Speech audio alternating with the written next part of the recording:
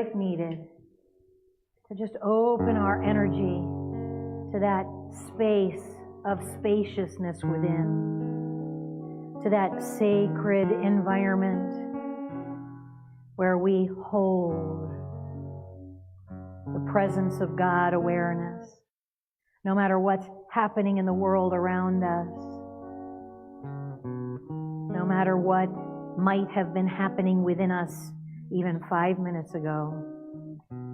We allow ourselves the spacious time for a reset right now. Every breath, relaxing in, feeling our muscles checking in with our body. If anything is tense, we just take a moment to allow it to relax. Anything that feels it needs attention, whether that's emotional or physical, we just take that time to move within ourselves, sending love. Embracing whatever needs just a little extra encouragement. Feeling into this quietness. Feeling into this room for all of those that are here with us. We just hold in heart all of those in our community, whether they are in this room with us, whether they are joining us virtually, whether they are traveling now from one place to another, or at home, wherever it might be. We hold our unity of Sebring family in our heart,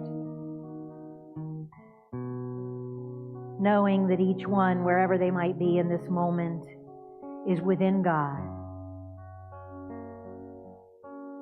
is moving through anything that they have been brought to with grace, with ease, with that assurance that God is in it with them.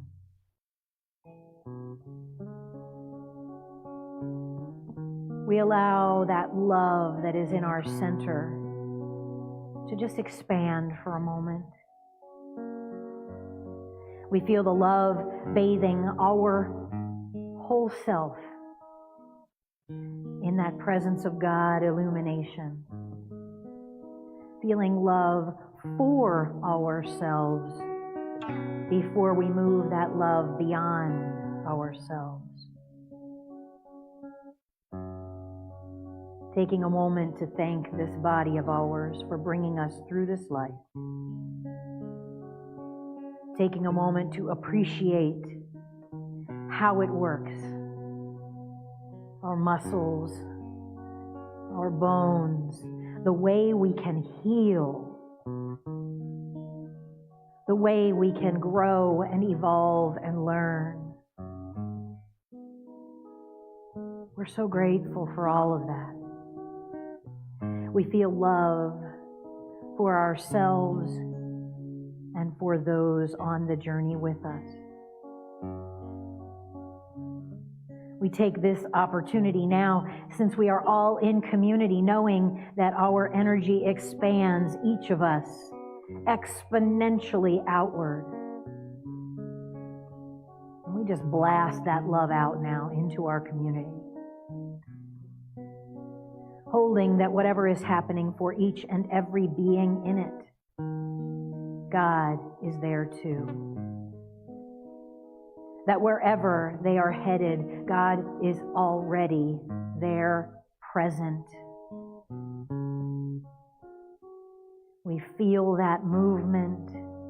We keep sending it out beyond our community into the larger world, across our country, across the ocean, visualizing this energy wave moving forward and just bathing everyone in love, in peace, in joy.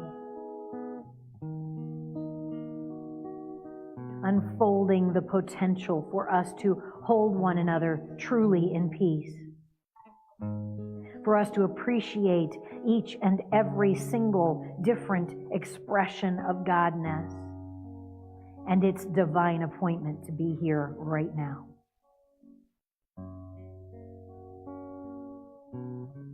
We wrap anyone in need of an extra hug in that loving embrace.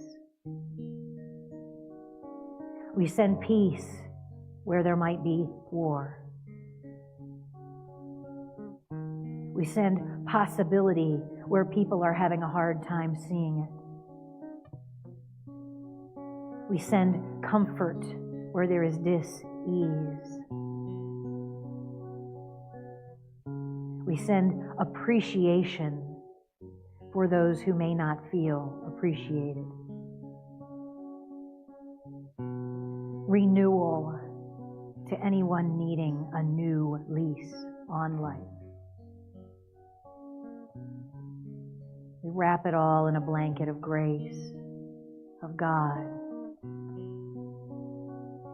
And we allow that to continue expanding and doing its work as we move into a moment of silence. In the silence, we send love.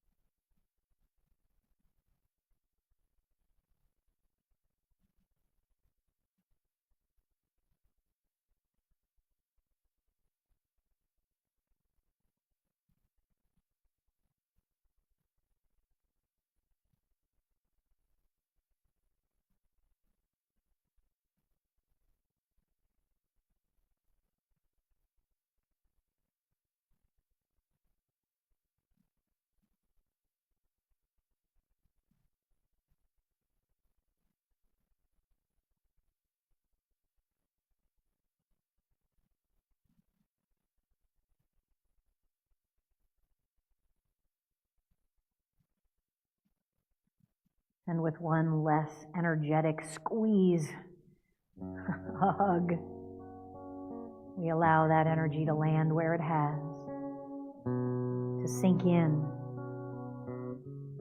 to stay. With grateful, joyful hearts, we stay open to the rest of our time together while at the same time becoming fully present back in this time, this space. And we say, thank you, God, and so it is. Amen. Amen. All right. It's always funny to me when a daily word falls on a Sunday that I wrote, because it's always weird. I usually get about halfway through it and then go, that sounds familiar to me. And but I love, it's always a fascinating thing, too, about how it's always exactly what I need to hear. And you guys may or may not know, I think I've shared it before, we generally write these about 9 months ahead. We're just about 8 or 9 months ahead of the actual word when we're writing them. So that was written 8 or 9 months ago. Of course, the editor made it better than I actually wrote it because there's some ships in there. But it's such a wonderful thing. One of the reasons that we're anonymous, and that's why I usually don't say anything about it, those of us that write for it, is because we're working to channel what needs to be heard, if you will.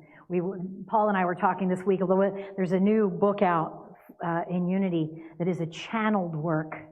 And it's a fascinating thought of what is channeling, or what is writing for someone else, or in the voice of someone else, or for others to hear. And channeling is a funny word for it, because I don't necessarily think of writing these daily word entries as channeling something. And at the same time, we sit in prayer going, what does this word need to say? What could we say to someone that would bring them assurance, that would bring them what they need to hear? And it always ends up being what I needed to hear the day that it's there. So it's a fascinating dynamic. If you don't have the Lent book, there are still very few copies. I put them on the front of the altar table. I normally wouldn't do this, but I wanted to read these Bible verses as part of what I was going to do in my talk today. I'm actually going to read the entry for this morning, which is the 5th Sunday of Lent. We're almost there. And this is written by Reverend Ellen Debenport, who is the Vice President of Publishing, or maybe even the President of Publishing now for Unity. And she is an amazing woman. She wrote a book called The 5 Principles. If you haven't read it, it's a fantastic book. I think we have some in the bookstore, but if not, we can definitely get them. And on the 5th Sunday of Lent today, she shares Jesus accepted his human reality. We've watched Jesus in the Garden of Gethsemane. Remember, I left him there last week for a little while. So Jesus in the Garden of Gethsemane, spending time alone in prayer, resisting, then surrendering to his calling. Today we see him move fully into acceptance. But first, he has to awaken his disciples one last time. We talked about that last week, that, Jesus awakened. Jesus walked around 24/7 awake to the divinity that is within each one of us, to the divinity that was within him. He knew it. He didn't have to be reminded of it. He was able to put hands on someone and help them heal. He was able to perform miracles if we believe the things that are written in the Bible. And Jesus was a fully realized divine spirit in human form. Not so the disciples. They needed to be reminded and reawakened. Hello, that's me. So I think that's all of us at times. We need to be reminded of the fact that God is the allness and we are within it. So in Matthew 26:45 and 46, it says, "Then he came to the disciples and said to them, 'Are you still sleeping and taking your rest? See, the hour is at hand, and the Son of Man is betrayed into the hands of sinners. Get up, let us be going. See, my betrayer is at hand.'" See, today my talk is called Jesus and Judas. We like to demonize Judas. There were people this story of Judas betraying Jesus is told in all 4 Gospels. Matthew, Mark, Luke, and John, told a little bit differently in each one. And in one of them, they say that they believed Judas was possessed, and that's the only way he would have been able to betray Jesus. I have a feeling in the humanity of it, the story is a little more complex than that. Jesus was ready. He knew what was about to happen, and he headed into it with open eyes. Get up. Let us be going. This was not a passive acceptance waiting for whatever came next. He had released all fear. He was saying, let's go do this. In Matthew 26:47 through 50, he said, while he was still speaking, Judas, one of the 12, arrived. With him was a large crowd with swords and clubs from the chief priests and the elders of the people, the Sanhedrin. Now the betrayer had given him a sign saying, "The one I will kiss is the man. Arrest him." At once he came up to Jesus and said, "Greetings, Rabbi," and kissed him. Jesus said to him, "Friend." He said to him, "Friend, do what you are here to do." Then they came and laid hands on Jesus and arrested him. See, Jesus knew what Judas was doing as he approached, but did not push him away or blame or berate him. Jesus was in a state of acceptance. Those who loved him were not so accepting. The disciples wanted to fight. In all 4 Gospels, someone with Jesus draws a sword and cuts off the ear of a slave who was with the high priest. In John, that person is identified as Peter. In Luke, Jesus heals the ear. In all the Gospels, Jesus chastises the action. Put your sword back into its place, for all who take the sword will perish by the sword. Or in other versions of the Bible, it says those who live by the sword will die by the sword. He didn't want any violence. That was never what his ministry was about. He was ready to comply with the authorities, go through the motions of a trial, and release his physical body. His greatest teaching was yet to come.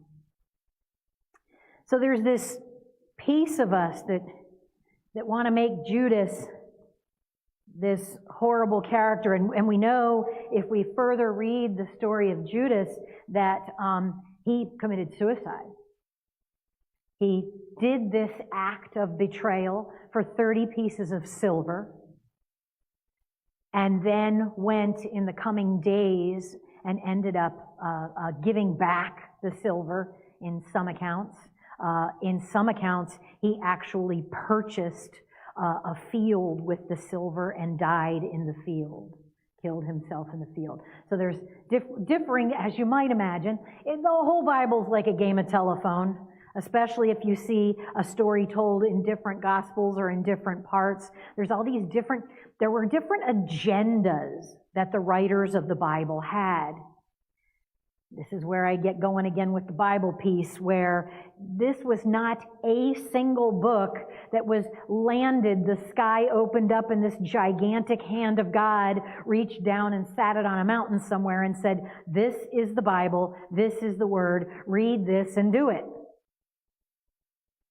The Hebrew Scriptures, what people call the Old Testament, were written almost 1,000 years before the New Testament. It wasn't written by one person. It was written by a plethora of writers. There are books that were written for the Bible. See, it wasn't one book. It was a whole bunch of them. And it was decided by different people with different motivations and different politics what to include in it and what to do with it. The King James Version of the Bible is King James's version of the Bible. King James had a really big agenda and didn't like women very much. It's true. It's history. You can go look it up. I'm not making stuff up. And so the King James Version of the Bible, it's not very nice to women. There are other versions of the Bible, many, many, many, and the Bible wasn't even supposed to be a written thing. It was oral tradition from a language, or it originated in a language that was not a written language. There weren't alphabets that would work for the letters, and the letters or the words were supposed to be a symbolic language. So we're embracing stories in this at the level that we want to embrace them and what we'd like to take from them, because it's all translation. It's all interpretation. So if people are getting all fired up and angry, see, the other piece is no one in the time of the writing of the Bible could possibly wrap their head around the fact that people on another landmass on the planet they lived on would be using this book as their guidebook.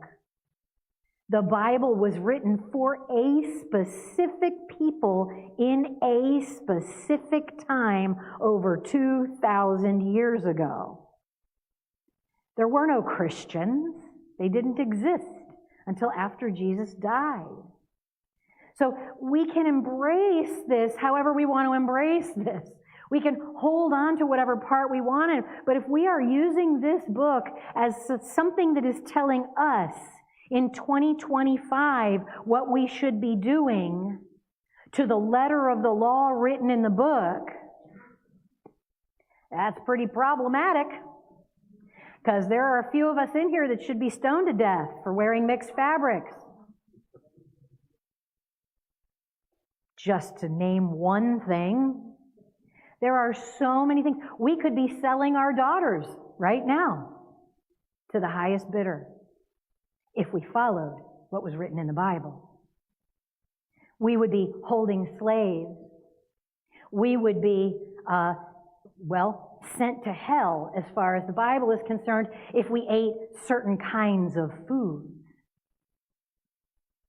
Women would not be allowed out of the house during certain weeks of the month. No one would be allowed to touch them. There's so much in this book that people use to abuse others. And there's so much in this book that are gems for how to live a life of embracing others. It's really kind of the whole story of creation and evolution and humanity and divinity all wrapped up in one messy, really contradictory volume. It's Jesus and it's Judas. We are every character in the Bible, according to Charles Fillmore, co-founder of Unity, and many others.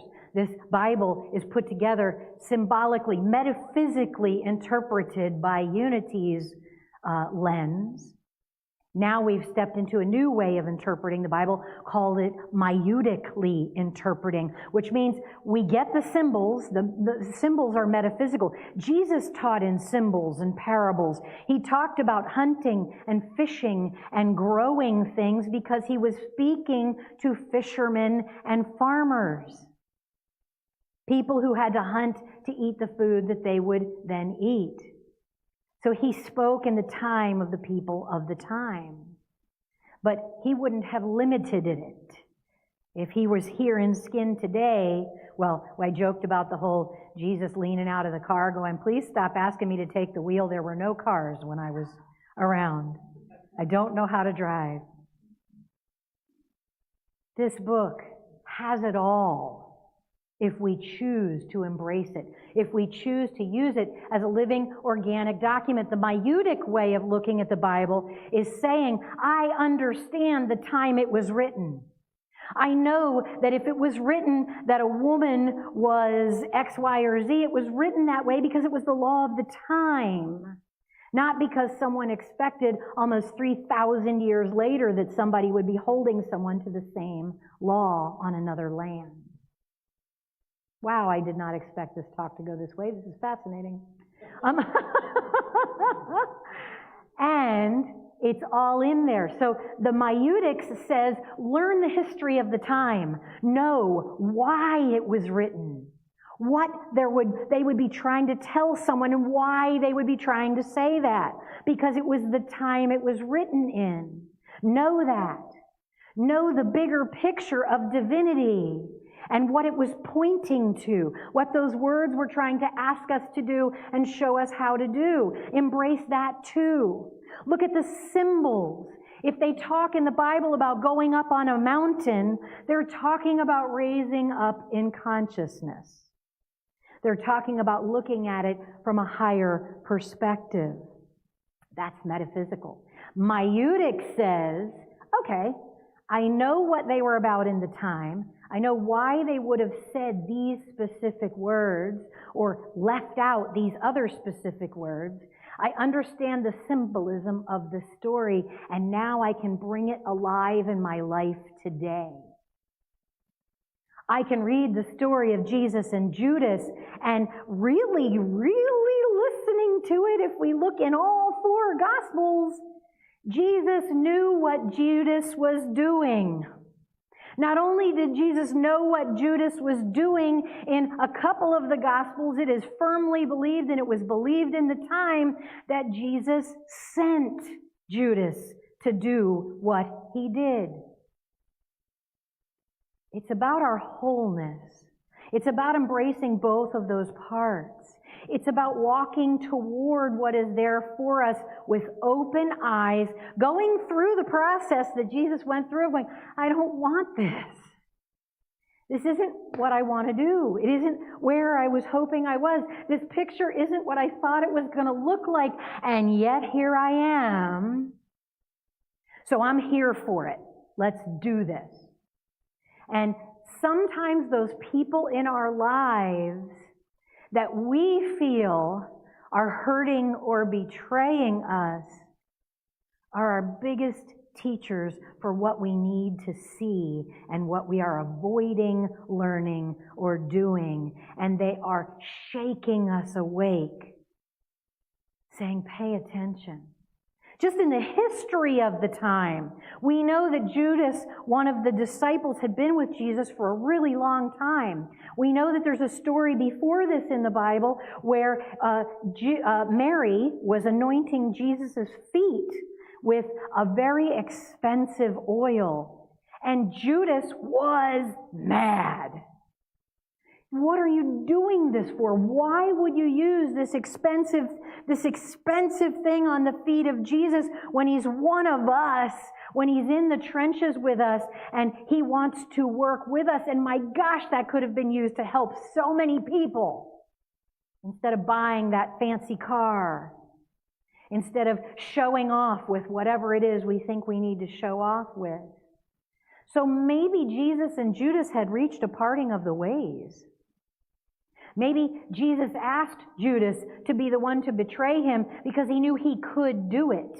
He knew he was seeing that this was getting a little bit out of control. And that maybe it was time for the next piece of the puzzle to fall into place. See, Jesus knew that if he were arrested, he knew where it was going.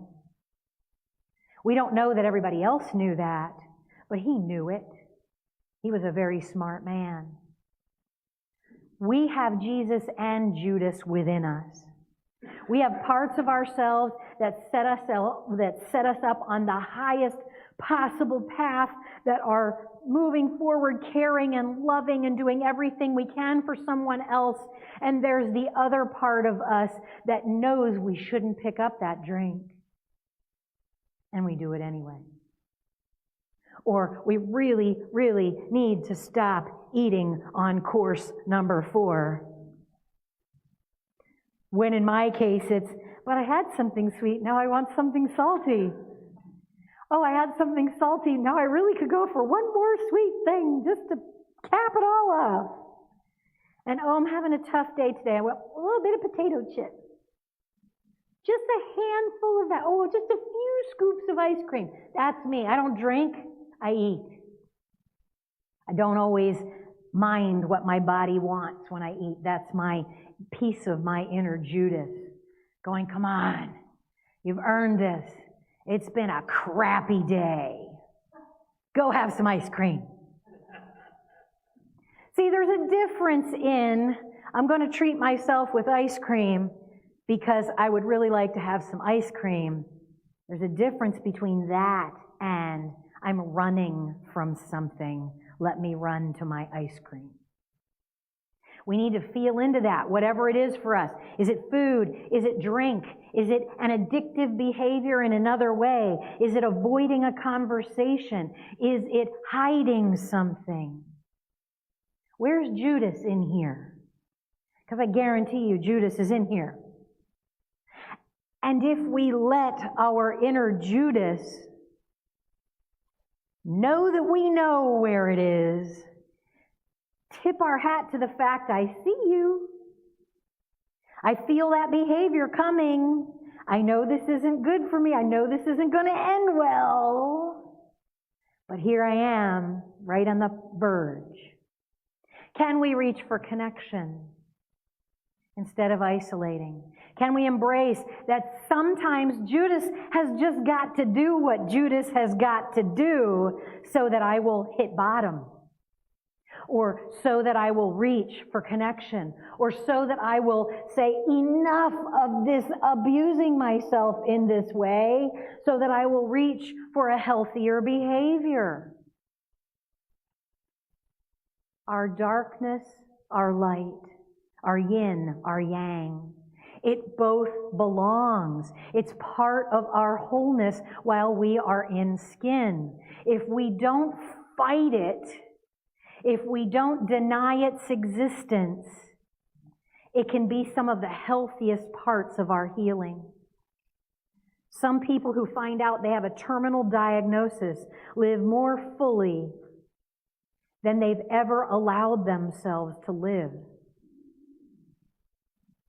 Don't let it take a terminal diagnosis to expand our consciousness, to reach for what we would really love to do, to allow ourselves to roll into our divinity while thanking Judas for doing his job and allowing us to be brought to that place.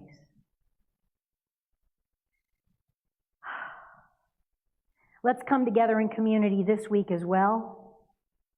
We have a few different things going on, and this week, this Friday, we will have Harry Havery here doing a rock concert for us. No, it is not a religious event or a religious, it is a fun, get your dance on. We're going to clear the altar off, and we are going to just enjoy being together, listening to 60s and 70s rock, dancing, being in joy, being in connection. Invite friends. Let's fill this room. And let's be in joy together. Don't think you have to stay home. Oh, that's the other thing. If anyone can share a ride, if anyone needs a ride, we're going to have potluck in here in just a few minutes. If you are someone that would really like to go and it's 6 to 8 p.m. and you don't want to drive at night, do you know anyone that are your neighbors? Literally stand up at potluck and say, I want to go and I don't have a ride. Reach for connection. And let's be in fellowship and joy and love together. Let's continue moving this community forward, creating unity, and letting the world know that this is not a Sunday-only spirituality, that it follows us through every week, that it heals us, that it grows us, and that we can be both Jesus and Judas, thanking them both for what they are here to do with open eyes, open hearts, and lean into our divinity. Thank you guys so much for being here this morning. And so it is. Thank you.